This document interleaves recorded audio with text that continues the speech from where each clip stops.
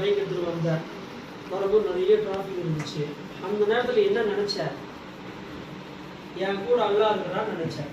உன் கூட அல்லா இருக்கிறான்னு நினச்சனால நீ கரெக்டாக நீ போகும்போது நீ என்ன செஞ்ச?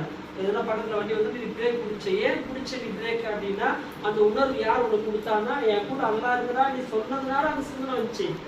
இல்லைன்னா எங்கன்னா வேடிக்கை பார்த்துட்டு போய் பின்னாடி டமான்னு பிச்சை சாரிடுவான். அவன் நமக்கு கூட்டு சொல்லி 2 விடுவான்.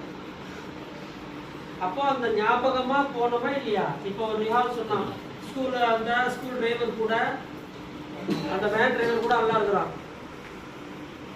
ஏன் அது சொல்லணும்? அப்படி சொல்லிட்டா அவங்க கவனமா என்னன்னா அவன் கவனத்தில் அல்லா கொண்டு வந்துடுவான். கரெக்டாக பார்த்து ஓட்டுவான், கரெக்டாக ஹார்ன் பண்ணிப்பான், கரெக்டாக பஸ்ஸில் சேஃப்டியாக ஓட்டுவான்.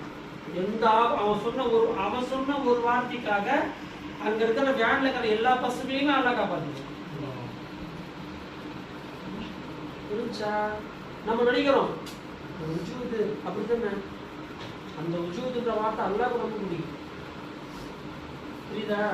அதை நீங்க அதெல்லாம் ப்ராக்டிக்கலா சொல்லுங்க. இப்போ அவன் ப்ராக்டிக்கலா ரொம்ப நீங்க சொல்லணும். அவ்வளோதான். நான் வந்துட்டே இருந்தேன், என் கூட அல்லா இருக்கும், நான் அல்லாவோட உஜூதுல இருக்கேன் அப்படின்னு சொல்லுவேன்.